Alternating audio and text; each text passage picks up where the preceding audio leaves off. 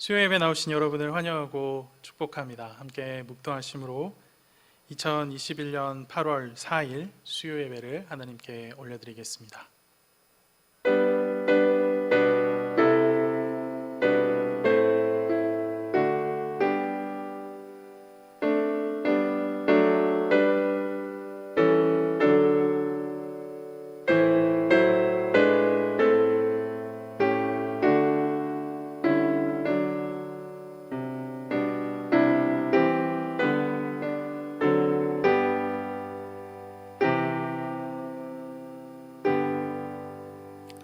사랑과 자비가 충만하신 하나님 아버지 감사합니다. 우리 가운데 성령의 충만함을 허락하시고 주님을 예배하는 귀한 은혜의 시간을 맞게 인도하심에 감사합니다. 이 시간 오직 예수 그리스도 보혈 의지함으로 주님 앞에 예배로 나아갑니다. 신령과 진정으로 예배할 수 있도록 주님 우리를 붙드시고 우리의 마음을 만지시고 정결케 하여 주시옵소서. 이 시간을 통하여 오직 주님 한 분께만 영광이 되기를 간절히 소망합니다. 이 자리에 좌정하소서 우리의 찬양을 받으시고 홀로 영광 받아 주시옵소서. 이 모든 말씀 살아계신 예수 그리스도 이름으로 기도합니다. 아멘. 함께 찬송가 313장, 새 찬송가 524장 갈 길을 밝히 보이시니 찬양하겠습니다. 찬송가 313장, 새 찬송가는 524장입니다.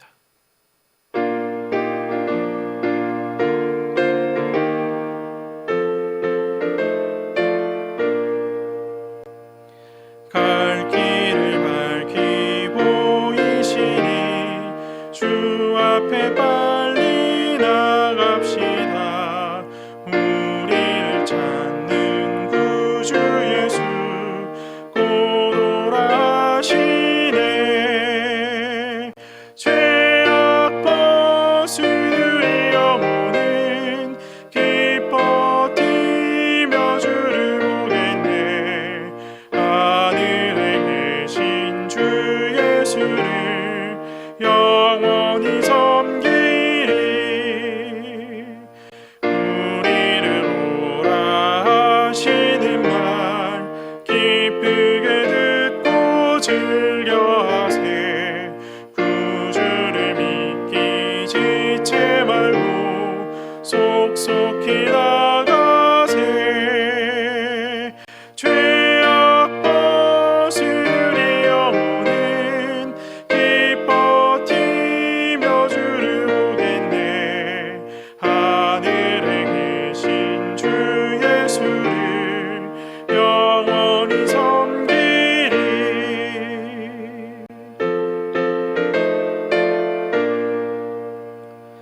주 오늘 여기 계시오니 다 와서 주의 말씀 듣세. 듣기도 하며 생각하니 참 이치시로다. 죄악 벗으리 영혼은 기뻐 뛰며 주를 보겠네.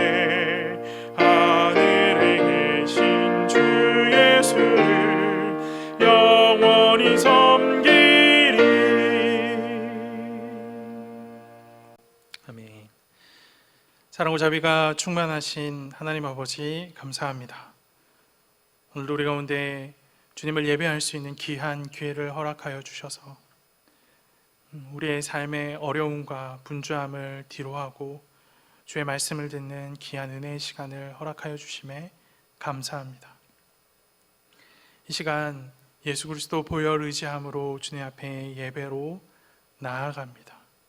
우리의 자격, 우리의 노력, 우리의 의, 우리의 것을 따지면 자랑할 것이 하나도 없사오니 주님 우리를 긍휼히 여겨 주시옵시고 우리의 자녀 삼으신 그 놀라운 은혜를 이 시간 다시금 주님 앞에 기억하며 그것에 감사할 수 있는 귀한 예배의 시간이 되도록 함께하여 주시옵소서.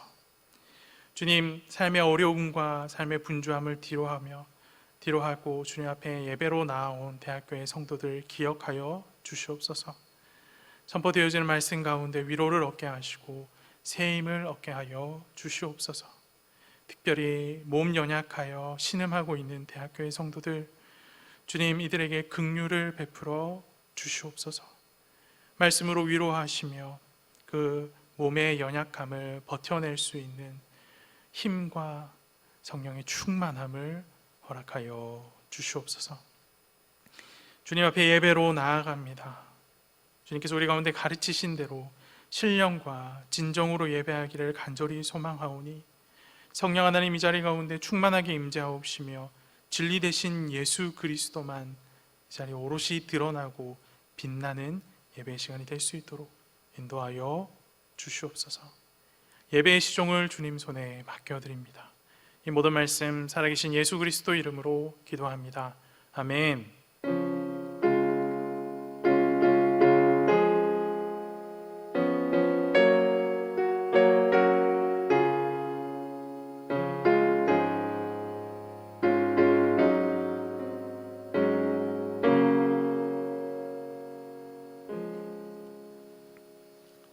다 함께 찬송가 377장, 새 찬송가 449장 예수 따라가며 찬양하겠습니다. 찬송가 377장, 새 찬송가 449장입니다.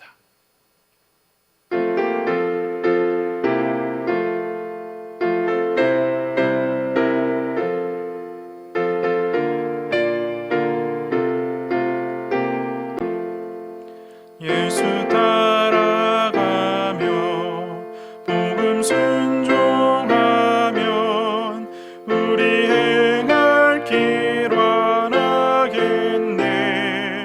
주를 의지하며 순종하는 자를 주가 늘 함께 하시리라. 의지하고 순종하는 길은 예수 안에 즐겁고 복된 길이로다. 애를 당하거나 우리 고생할 때 주가 곧 없이 하시겠네. 주를 의지하며 순종하는 자를 주가 안위해 주시리라. 의지하고 순종하는 길은 예수 안에 즐겁고 복된 길이로다. 남의 짐을 지고 슬픔 위로하면 주가 상급을 주시겠네. 주를 의지하며 순종하는 자를 항상 축복해 주시리라. 의지하고 순종하는 길은 예수 안에 즐겁고 복된 길이로다. 우리 받은 것을 주께 다 드리면 크신 사랑을 깨닫겠네. 주를 의지하며 순종하는 자를 은혜 풍성케 하시리라. 의지하고 순종하는 길은 예수 안에 즐겁고 복된 길이로다.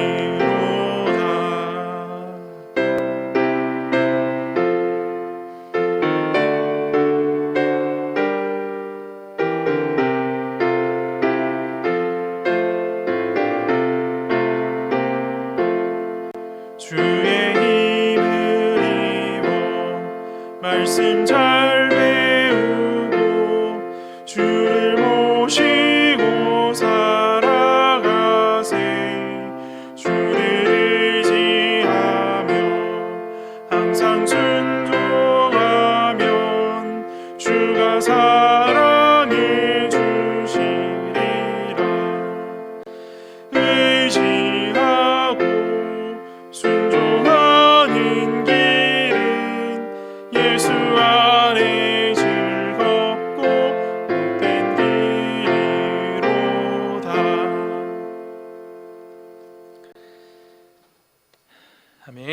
오늘 함께 보실 하나님의 말씀은 사사기 13장 15절에서 20절까지 말씀입니다.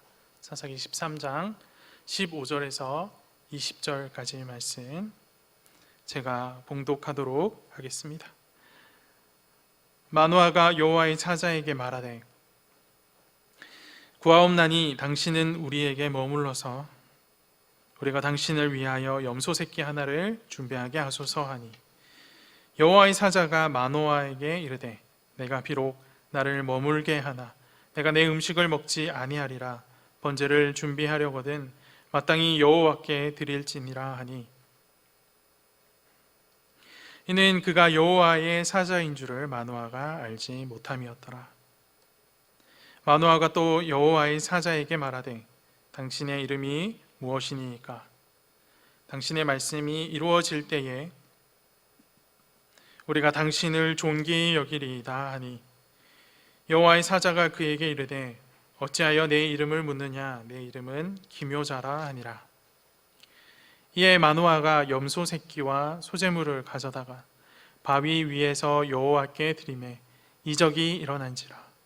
마노아와 그의 아내가 본즉 불꽃이 제단에서부터 하늘로 올라가는 동시에 여호와의 사자가 제단 불꽃에 휩싸여 올라간지라. 마노아와 그의 아내가 그것을 보고 그들의 얼굴을 땅에 대고 엎드리니라. 아멘. 오늘은 이 사사기 13장 15절에서 20절 말씀과 함께 원리가 필요해 라는 제목으로 말씀을 나누도록 하겠습니다.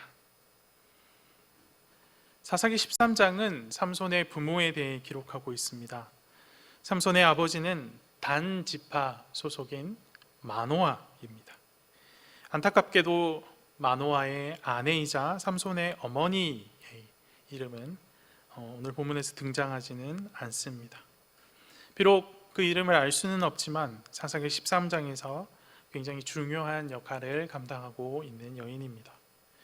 오늘은 이 삼손의 두 부모를 주목하여 말씀을 살펴보고자 합니다. 삼손은 태어나기 전, 심지어 잉태되기도 전에 하나님에 의해서 선택된 유일한 사사입니다. 마노아의 아내 삼손의 어머니는 사실 난임으로 인해 아이를 가지기가 굉장히 어려운 상태였습니다. 이때 여호와의 사자가 마노아의 아내에게 나타나 이제 임신해서 아들을 낳을 것이다 라고 이야기합니다. 그에 따라 마노아의 아내는 포도주나 독주를 마시지 말아야 했고 나아가 태어날 아기의 머리도 자르지 말아야 했습니다. 왜 마노아의 아내에게 이런 요구들이 주어진 것일까요? 그 이유가 오늘 본문으로 읽진 않았지만 본문을 조금 앞서가서 본문 13장 5절 말씀을 통해서 확인할 수가 있습니다. 보라 내가 임신하여 아들을 낳으리니 그의 머리 위에 삭도를 대지 말라. 이 아이는 태에서 나옴으로부터 하나님께 바쳐진 나실임이 됨이라. 그가 블레셋 사람의 손에서 이스라엘을 구원하기 시작하리라 하시니. 여호와의 사자가 언급한 나실인의 서원은 민수기 6장 1절에서 12절까지 말씀을 통해 그 자세한 내용을 확인할 수 있습니다. 나실인 서원은 인생이나 삶의 중요한 시기에 하나님의 특별한 도움을 구하며 하는 서원입니다. 나실인은 서원한 기간 동안 머리를 자르지 말아야 했고 술을 비롯한 포도나무에서 나오는 그 어떤 것도 마시지 말아야 했으며 시체와 접촉하지 말아야 했습니다. 머리를 자르지 않고 포도나무에서 나오는 그 어떤 것도 먹지 않는 것은 하나님의 도우심을 받기 위해서 내가 근신하고 있다라는 것을 보여주는 것이고, 시체를 만지지 않는 것은 제사장의 규례를 따르는 것인데, 제사장은 하나님이 임하시는 성막에서 일하기 때문에 죽음과 부정함을 드러내는 그 어떤 사체도 만질 수 없었던 것을 보았을 때, 하나님과 닿아 있는 제사장만큼 이 나실인의 서원을 한 자도 그렇게 정결함을 유지하라라는 하나님의 요청으로 보입니다. 무엇보다 중요한 것은 나시린의 서원은 자발적이고 한시적이다라는 것입니다. 자신의 마음에 소원이 있을 때 일정 기간 동안 감당하는 것이죠. 그런데 삼손의 경우는 좀 다릅니다. 태어나기 전에 이미 나실인으로 결정이 되었고, 삼손 본인이 아니라 그의 부모가 삼손을 위해서 서원을 한 형국입니다. 삼손은 비자발적으로 나실인이 되었고 평생 나실인으로 살아야 되는 운명을 가지고 태어난 것입니다. 삼손은 태에서부터 나실인이었습니다. 그렇기 때문에 그의 어머니 또한 포도주를 마시거나 부정한 음식을 먹지 말아야 했습니다. 왜? 어머니가 먹고 마시는 것이 곧 태중에 있는 삼손이 먹고 마시는 음식이기 때문입니다. 이처럼 하나님은 삼손이 태어나기 전부터 이 나실인의 규칙 아래 두셨습니다. 아까도 말씀드렸던 것처럼 마노아의 아내 삼손의 어미는 사실 임신하지 못하는 사람이었습니다. 성경에 보면 임신하지 못하는 여인이 몇 차례 등장하는 것을 볼 수 있죠. 그 중에 가장 대표적인 여인이 바로 아브라함의 아내 사라라고 할 수 있습니다. 사라는 자신이 임신할 것이다 라는 그 여호와의 사자의 말을 전해 듣고 그 하나님의 말씀을 믿지 못해서 피식하고 웃었던 자입니다. 그런데 마노아의 아내는 좀 달랐습니다. 불가능을 행하시는 여호와의 능력에 대해 믿음으로 반응하는 모습을 보입니다.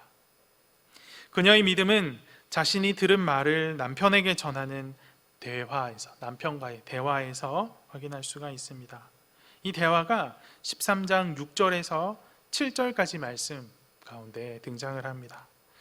제가 읽어드립니다.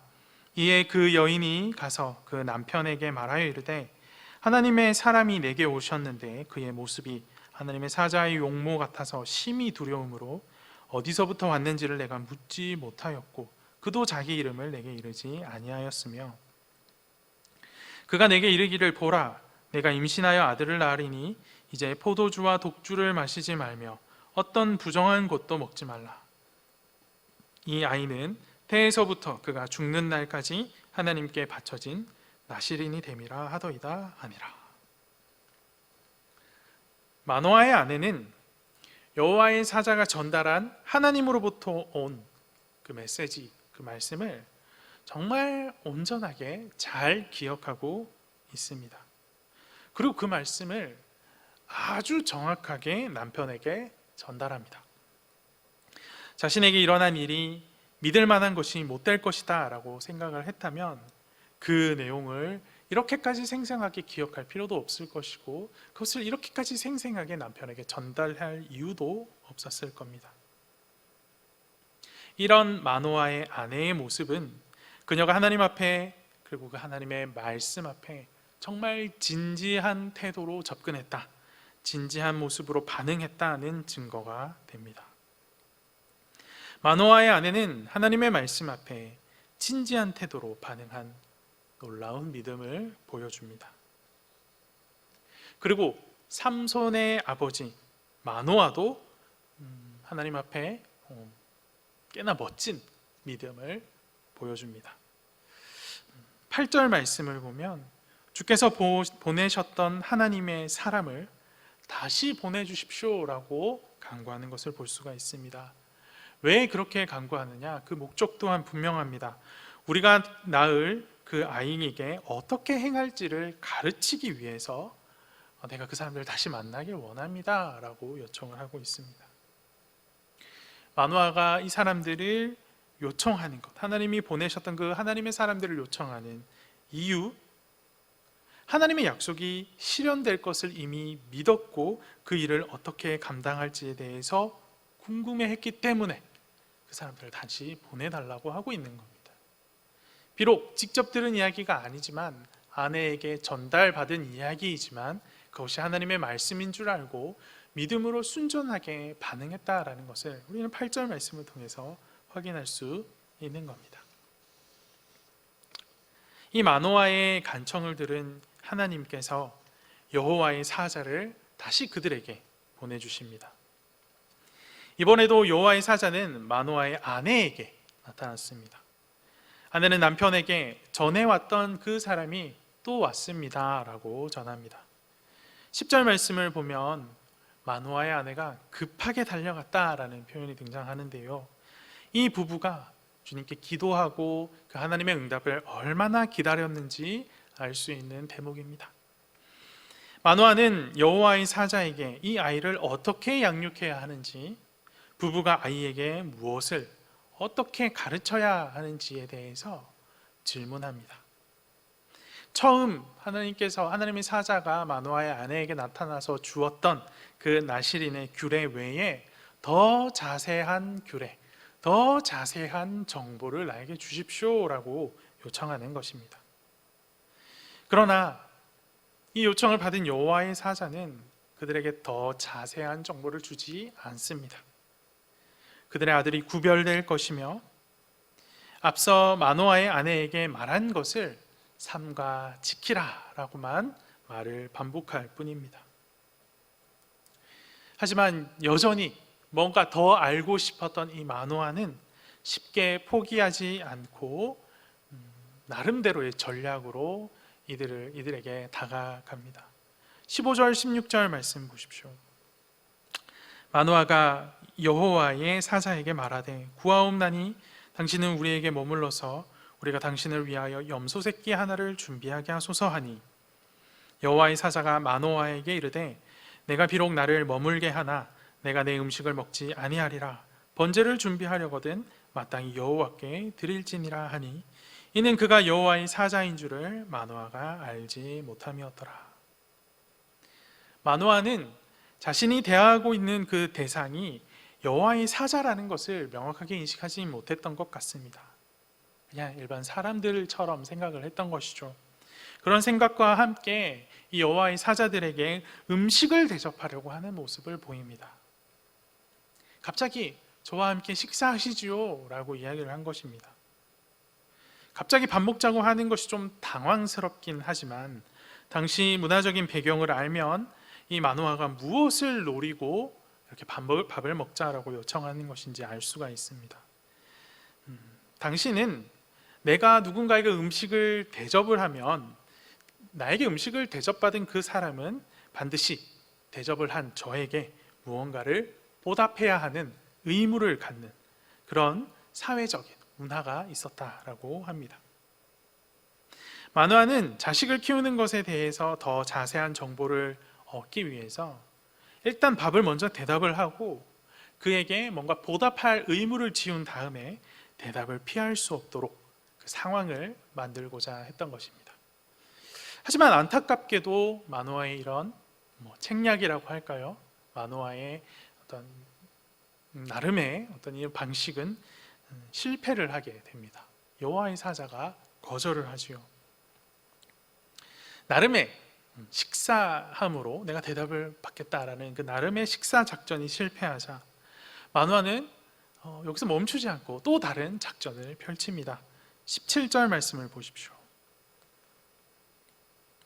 마노아가 또 여호와의 사자에게 말하되 당신의 이름이 무엇이니까 당신의 말씀이 이루어질 때에 우리가 당신을 존귀히 여기리이다 하니, 이제는 마노아가 여호와의 사자에게 이름을 묻습니다. 당시 사회 가운데에서 상대의 이름을 아는 것은 그의 인격을 아는 것과 마찬가지였다고 합니다. 마노아는 이름을 물음으로 말미암아 두 사람 사이에 유의미한 관계를 만들어내고자 한 겁니다. 그렇게 관계가 깊어지면 자신의 어떤 질문, 자신의 궁금증에 대해서 이들이 대답해 줄 것이다 라고 믿었던 것입니다. 하지만 여호와의 사자는 이것 또한, 그 이름을 가르쳐 주는 것 또한 거절합니다. 마노아는 어떤 규칙으로 아들을 길러야 할지, 키워내야 할지 알고 싶어 했습니다. 정말 궁금해 했습니다. 자신이 할 수 있는 모든 수단을 동원하여서 그 대답, 그 방식을 알아내고자 했지만 여호와의 사자는 끝까지 이 마노아의 부탁을 거부합니다.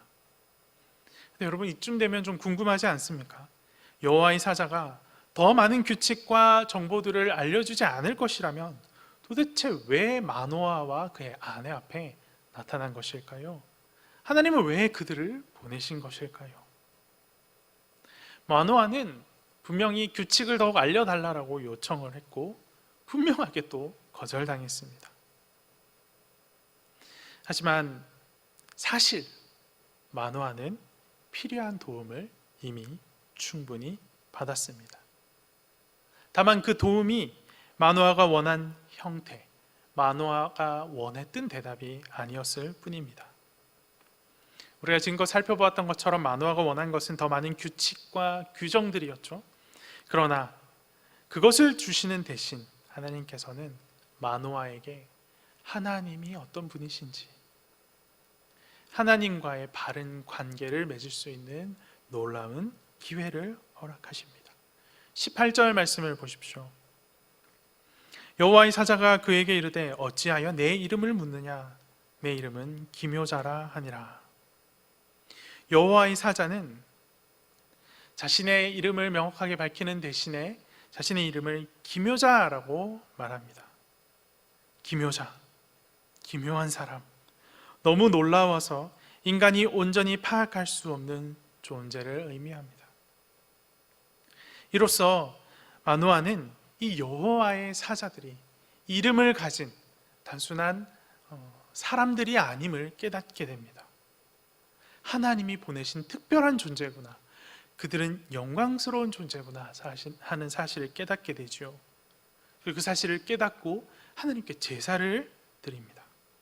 19절 20절 말씀을 보십시오. 이에 마노아가 염소 새끼와 소재물을 가져다가 바위 위에서 여호와께 드리매 이적이 일어난지라. 마노아와 그의 아내가 본즉 불꽃이 제단에서부터 하늘로 올라가는 동시에 여호와의 사자가 제단 불꽃에 휩싸여 올라간지라. 마노아와 그의 아내가 그것을 보고 그들의 얼굴을 땅에 대고 엎드리니라. 마노아가 여호와의 사자의 영광을 깨닫고 여호와 하나님께 소제물을 드리자 이적이 일어납니다. 기적 같은 일이 일어나는 거죠. 불꽃이 제단에서부터 하늘로 올라가는 동시에 여호와의 제단, 여호와의 사자가 그 제단 불꽃에 휩싸여서 같이 하늘로 올라가는 모습을 본 것입니다. 덕분에 이 마노아 부부는 여호와의 사자가 곧 여호와이심을 깨닫고 얼굴을 땅에 바짝 대고 엎드려서 여호와 하나님을 경배하는 태도를 갖추게 됩니다. 하나님이 주신 아들을 어떻게 하나님의 계획대로 양육할 것인가, 어떻게 하나님의 뜻대로 살게 하고 하나님을 기쁘시게 하도록 양육할 것인가, 그 방법과 규칙을 찾는 끈질긴 마노아의 질문, 그 질문에 대한 대답으로 하나님께서는 자신을 계시하시는 겁니다. 자신을 드러내 보여주고 계시는 겁니다. 규칙을 묻고 방법을 묻고 방식을 묻는 자에게 자신을 드러내 보여주신다라는 것, 과연 이것이 무엇을 의미하는 것일까요? 하나님께서는 자식을 바르게 키워낼 수 있는 많은 규칙과 정보들보다 하나님과의 바른 관계, 하나님 앞에 온전한 태도로 삶을 살아가는 그 삶의 태도가 더욱 중요하다라고 그 놀라운 사실을 알려주신 것입니다. 규칙들이 마노아와 삼손이 해야 할 무수한 결정과 선택에 대해서 일일이 다 지시해 줄 수는 없는 법입니다. 규칙만으로는 부족하다는 거예요. 그렇다면 규칙 말고 무엇이 필요할까? 결정을 내리는 원리, 선택을 내리는 원리, 바로 원리를 알아야 합니다. 하나님께서 마노아 앞에 등장하시고 나타나심으로 하나님께서는 마노아에게 원리를 가르치신 것입니다. 하나님 앞에 행하라. 하나님을 존재로 만나고 그 하나님 앞에서 네 자식을 가르칠 방식들을 선택해 나가라. 이것이 바로 하나님께서 마노아에게 나타나심으로 가르쳐준 원리입니다.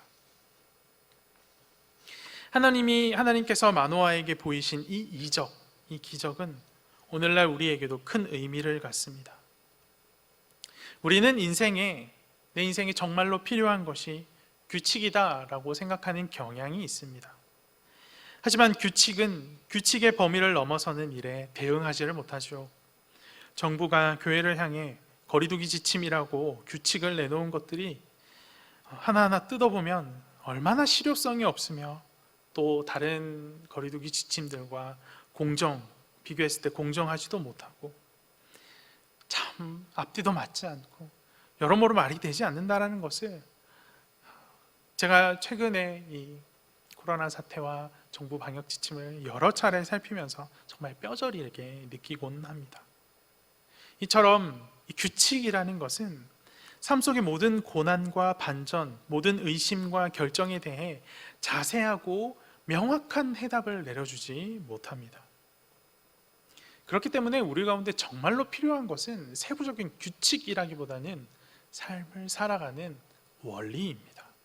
원리를 알면 여러 가지 상황에 응용할 수 있기 때문입니다.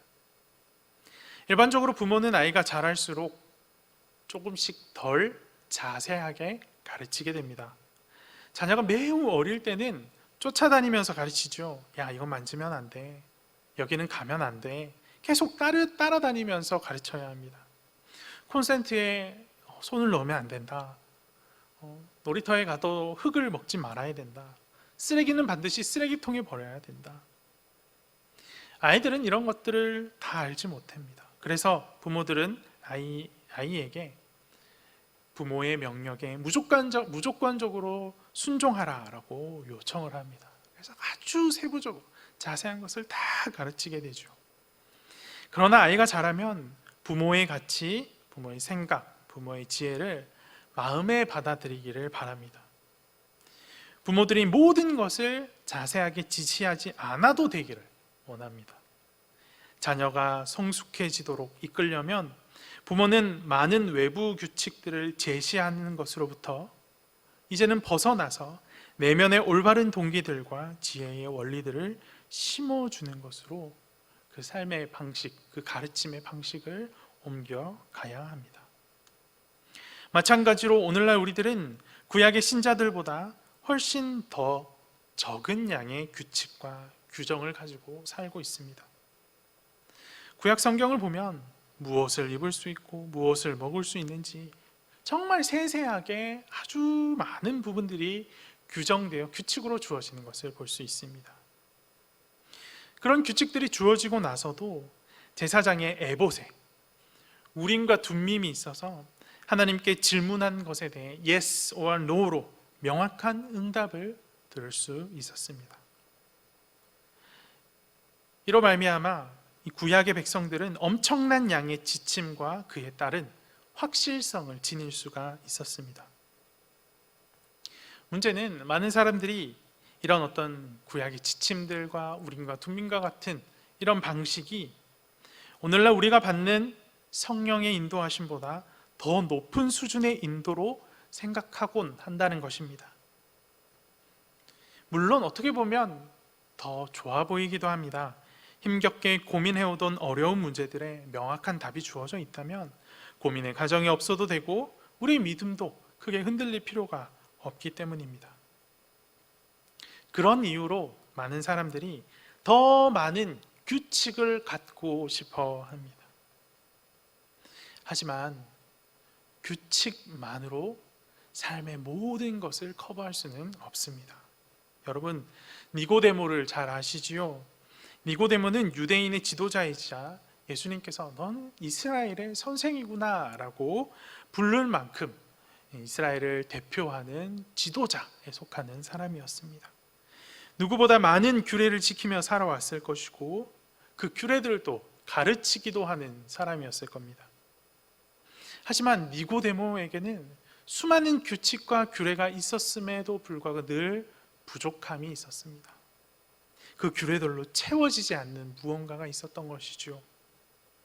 그리고 그것을 해소하기 위해 예수 그리스도를 찾아옵니다. 규칙만으로는 부족하다라는 사실을 깨닫고 나에게 원리가 필요하구나 라는 원리의 필요성을 느낀 것입니다. 오늘 아침 이사야서를 묵상하면서도 이와 비슷한 내용들을 우리가 살펴보았습니다. 주님께서 포로기한 백성들에게 정의와 공의를 회복하라라고 명령하시고서는 그 규칙으로 안식일을 지키라라고 말씀하십니다. 다른 규칙은 주어지지도 않아요. 그냥 안식일을 지키라라고만 말씀하십니다. 얼핏 생각해도 정의와 공의를 위해 필요한 수많은 규칙이 있을 것 같은데 지금 그냥 간단하게 우리 머릿속으로 정의와 공의를 지켜내기 위해서는 어떤 규칙들이 필요할까 생각해 봤을 때 벌써 머릿속에 몇십 가지가 지나감에도 불구하고 하나님께서는 그저 안식일을 지켜 행하라라고 강조하시는 것을 보게 됩니다. 여러분, 이것이 의미하는 바가 무엇입니까? 규칙이 아니라 원리가 더욱 중요하다라는 겁니다. 안식일을 지킴으로 얻는 원리가 과연 무엇입니까? 하나님과 바른 관계를 유지하라는 겁니다. 규칙 속에 파묻혀 하나님을 잊으며 살지 말고 세상에 바쁘다, 분주하다, 어렵다라는 핑계로 하나님과의 관계를 소홀히 여기지 말고 안식일을 명확하게 지켜 주님과의 관계를 다시 회복하라는 요청입니다. 코로나로 인해 그간 이어오던 신앙생활의 규칙이 우리 가운데 정말 많이 무너진 때를 살고 있습니다. 매일 드리던 아침 기도회, 그리고 함께 모여서 드리던 수요 예배 이후에 뜨거운 기도의 시간, 가끔 드리던 금요 철야, 그리고 함께 모여서 하루 종일 기쁨으로 주님을 찬양하던 주일 예배, 이것들이 우리 가운데 규칙처럼, 내 신앙의 규칙처럼 주어져 있었는데 이 모든 것들이 다 무너져서 형식을 잃어버린 것 같은 때를 살고 있습니다. 이럴 때 우리 마음에 드는 생각이 이렇게 다 무너졌으니 우리 가운데 또 다른 규칙이 필요한 것은 아닐까? 새로운 규칙이 필요한 것은 아닐까 하는 생각입니다. 하지만 오늘 본문은 우리 가운데 분명하게 말하고 있습니다. 우리에게 필요한 것은 또 다른 규칙, 세부적인 규칙, 더 많은 규칙이 아니라 하나님과 올바른 관계라고. 사랑하는 대학교의 성도 여러분, 하나님과의 바른 관계를 회복하기를 간절히 소망합니다. 지금까지 우리가 지금까지 지켜오던 신앙의 규칙들이 회복되기를 정말 간절히 소망하고 기도해 왔지만 여전히 이 모든 것들이 회복의 기미가 보이지 않고 있다 함은 그 규칙 속에 가려져 소홀했던 하나님과의 바른 관계를 다시금 주목하고 회복하길 원하시는 하나님의 뜻일 것입니다. 오늘 이 저녁 함께 예배하는 모든 대학교의 성도들 가운데 규칙을 넘어서 하나님을 만나는 놀라운 은혜가 있기를 간절히 소망합니다. 함께 기도합시다. 규칙을 찾고 방식과 방법을 찾던 마노아에게 자기 자신을 계시하여 보여주신 하나님 아버지, 오늘 이 시간 우리에게 나타나 우리를 만나 주시옵소서. 우리의 규칙이 무너져 불안하고 아파하고 있는 이 마음들을 다시금 만지시고 규칙을 넘어서는 하나님과의 만남을 경험할 수 있도록 인도하시고 함께하여 주시옵소서. 규칙을 무너뜨리시는 시간이 이토록 길어지는 이유가 무엇인지 우리가 다시 한번 고민하게 됩니다. 규칙 속에 가리워져 있던, 규칙으로 덮어놓았던 진정한 하나님과의 만남을 우리가 다시 회복해야 하는 그런 때가 아닌가를 생각해 봅니다. 주님, 우리 모든 대학교의 성도들 가운데 규칙을 넘어서 하나님을 만나는 귀한 은혜가 있도록 인도하시고 함께하여 주시옵소서. 우리 가운데 정말로 필요한 것은 하나님을 만나고 그분을 경험하고 그분과 교제하는 것임을 잊지 않도록 우리 마음을 다잡아 주시옵소서. 이 수요일 저녁 예배 이후에 짧게 기도하는 시간 가운데 성령의 충만함을 허락하여 주셔서 주님과의 깊은 교통을 경험할 수 있도록 모든 대학교의 성도들 가운데 함께하여 주시옵소서. 이제는 우리 주 예수 그리스도의 은혜와 하나님의 사랑과 성령의 교통하심이 주님 앞에 함께 예배한 우리 모든 대학교의 성도들 머리 위에 이제로부터 영원까지 함께 있을지어다. 아멘.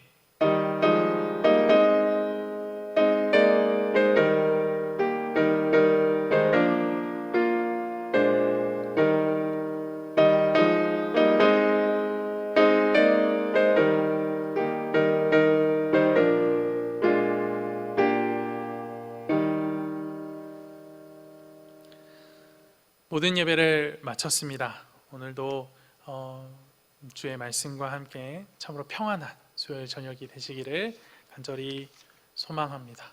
다음 뵙는 그날까지 주의 보호하심 아래 늘 평안하십시오. 샬롬.